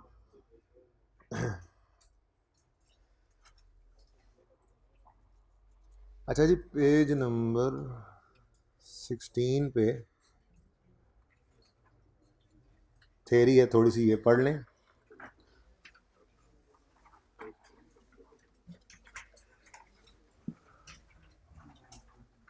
जी यहाँ पे हम थे SIC 32, ज़रा हमने कल पढ़ना शुरू किया था तो फिर ज़रा इसको देख लें, कोई चीज़ रह तो नहीं की इसमें। जी, इंटेंजिबल होगी वेबसाइट कौन सी जो हम इंटरनली जनरेट करें और उससे गुड्स या सर्विसेज हम बेच रहे हों, ये वाली, ठीक है, या उससे सर्विसेज प्रोवाइड करवा रहे हों, वो एक ही बात हो जाती है, ठीक है ना। तो उसको इंटेंजिबल बना लेते हैं। और जो प्रमोशन एडवर्टीजमेंट पर्पज़ के लिए हों तो उसको इंटेंजिबल नहीं बनाना, ठीक है। इंटरनल एक्सेस वाली भी इंटेंजिबल हो सकती है अगर उससे कोई फ़ायदा आ रहा है तो। अब वो कहता है इश्यूज़ क्या हैं। Issues are whether the website is intelligent and appropriate account treatment for such. ये हमने सारे इश्यूज़, वो ने पहले कहा जी इशू क्या आया, लोगों ने कहा वेबसाइट भी इंटेंजिबल है, अगर है तो अकाउंटिंग ट्रीटमेंट क्या है, SIC 32 तभी तो आया था, ये वो बता रहा है बेसिकली, ठीक है।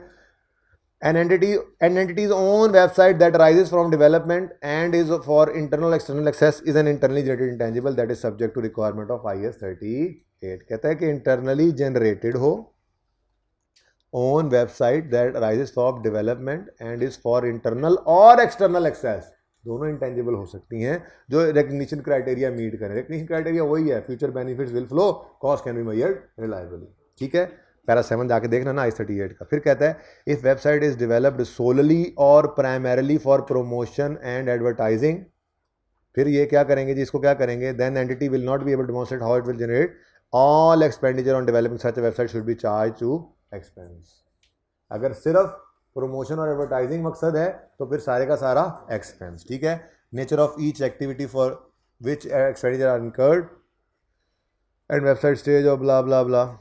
कंसेंसस, कंक्लूजन पढ़ते हैं जी, सारी बातें हमने पढ़ ली हुई हैं। An entity's website is an internally generated intangible, an entity's own website is an internally generated intangible if it is probable, वही वाली बात आ गई, future benefits will flow and cost can be measured reliably. कहानी यहाँ से शुरू की ना, उन्होंने कहा जी लोगों ने आके कहा क्या वेबसाइट भी इंटेंजिबल है, उसका ट्रीटमेंट क्या है, उन्होंने कहा जी कंक्लूजन ये ड्रॉ किया हमने कि ये इंटेंजिबल हो सकती है, ठीक है, अगर ये दो क्राइटेरिया मीट कर जाए। अभी मैं थोड़ी सी बात ये भी कह दी, अगर सिर्फ एडवर्टीजमेंट पर्पज़ के लिए तो वो इंटेंजिबल नहीं होगी, बाकी इंटरनल हो चाहे एक्सटर्नल एक्सेस वाली हो, अगर उससे फ्यूचर बेनिफिट्स विल फ्लो और कॉस्ट लायबिलिटी मेजर हो सके तो उसको इंटेंजिबल कहना है। क्लियर। आगे एक्सेप्शन में कहता है वही वाली बात अच्छा ये बड़ा ज़बरदस्त पैरा है यूजफुल लाइफ के बारे में। स्टैंडर्ड ने क्या गाइडेंस दी हमें, वो कहता है मेरा मशवरा है कि वेबसाइट की लाइफ शॉर्ट रखना। वेबसाइट की लाइफ, भाई ये चेंज इतनी तेज़ी से हो रहा है। आप आज वेबसाइट, आपने जब आई कैप को ज्वाइन किया होगा, आई कैप की वेबसाइट क्या थी, आज क्या है, ठीक है। तो बहुत तेज़ी से चेंजेस आ रही हैं टेक्नोलॉजी के अंदर। तो स्टैंडर्ड ने ये मशवरा दिया जो मर्जी रख लो लाइफ अपने हिसाब से, लेकिन मेरा मशवरा है कि वो थोड़ी शॉर्ट ही होनी चाहिए, बहुत लंबी लाइफ नहीं रख लेनी। The best estimate of website useful life should be short. अच्छा जी, IS 32 डज नॉट अप्लाई, ज़रा पढ़िएगा, ठीक है। एक क्वेश्चन, अब अभी ना 7-8 मिनट हैं, मैं एक क्वेश्चन अभी जो है ना वो आपकी बुक में आ गया हुआ है, अब बुक प्रिंटिंग में है, जब बुक आपके पास आएगी तो वो भी पास पेपर आ जाएगा। मैं वो पास पेपर आपके साथ 5 से 7 मिनट में डिस्कस करना चाह रहा हूँ। वैसे तो एक और चीज़ भी थी लेकिन बिजली के 2 झटकों की वजह से मुझे लगता है ये तो कर ही लेंगे। लेट मी ज़रा लब ज़रा पॉज कर दें आमिर भाई, आप भी जो है ना आप भी कमाल हैं। ये जी एक क्वेश्चन है अजवा लिमिटेड, ज़रा चेक करें इसकी अटेम्प्ट। हाँ नज़र ही नहीं आ रहा, इतनी देर से आप कुछ नहीं देख रहे थे मतलब मेरे लैपटॉप? यस, जिसका टाइम हो गया बेटा चले जाए, टाइम जिसका हो गया अल्लाह उसको बस, मेरा टाइम हो गया।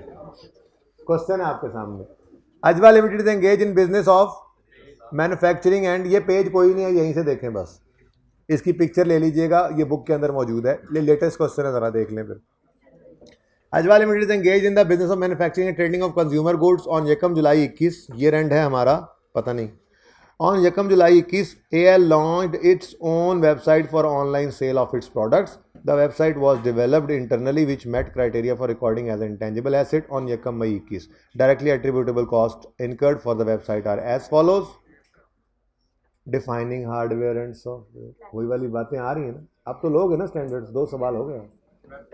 Salaries and general overhead, development of content, registering website with search engine, annual fee for website hosting, employee training cost, discount offer for logging on the website, incurred in month of January to March, January to June, May to June, June to July, June to August. All costs were incurred evenly throughout the mentioned period, उनके अपने period में। अब on यकम जुलाई it launched its website लिखा हुआ है, यकम जुलाई 21 पर AL launched its on यकम जुलाई 21, नजर नहीं आ रहा दूसरी लाइन में, on यकम जुलाई 21 AL launched its own website for online sale। अगर यकम जुलाई 21 को लॉन्च हुए तो मतलब कंप्लीट हो गई ना, वेबसाइट कंप्लीट हो गई। अब काम शुरू कब हुआ है ये कहीं नहीं लिखा हुआ, कहता है वो criteria for recording was met on यकम मई। अच्छा जी, एट्रीब्यूटेबल कॉस्ट, खर्चे शुरू हो रहे हैं गालिबन जनवरी से, यानी इस वेबसाइट पे काम शुरू हुआ होगा, यहीं से पता लगा ना खर्चों से, जनवरी फरवरी मार्च अप्रैल मई जून जुलाई मई तक। अच्छा जी, खर्चे हुए, ठीक है, मई हुआ या जून हुआ, जो भी हुआ। रिक्वायरमेंट है compute cost of website for internal measurement, also discuss reason for not including the above cost in the computation. ठीक है जी, अब आप ऐसा करें, इसकी ना पिक्चर ले लें और इसको होमवर्क के तौर पे घर पे ट्राई करें, कल मैं आपको ये सवाल करवा दूंगा। ठीक है, बैठ जाएं, तस्वीर ले लें जो ले रहे हैं, बाकी की तस्वीर लें। नज़र आ रहा है सही? हाँ, अभी ऑनलाइन वालों पे यार मुंडे नू की है अज खैर पे है, यहीं पे फोन सुन लिया करो यार, मत क्लास करो जी। ठीक है जी, अल्लाह हाफिज। अब बात सुने, क्वेश्चन बैंक के क्वेश्चंस हैं इसमें, जरा दिखाएं।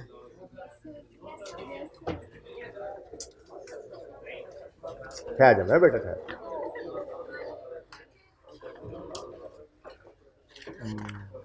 Wow, Saqib limited question bank 6, एक आपका होमवर्क ये है और दूसरा ये पिक्चर ले लें, इसको भी ट्राई करना है। क्वेश्चन बैंक 6 साकिब लिमिटेड ये आपका होमवर्क है और दूसरा अजवा लिमिटेड आपका होमवर्क है। अजवा से आज आपने इसके साथ अफ्तार करना है, रोज़ा अफ्तारी के वक्त ये सवाल कर लें और अफ्तारी के बाद क्वेश्चन बैंक 6 कर लेना है आपने। ज़िंदगी यही तो कल मिलेंगे। अल्लाह हाफिज़।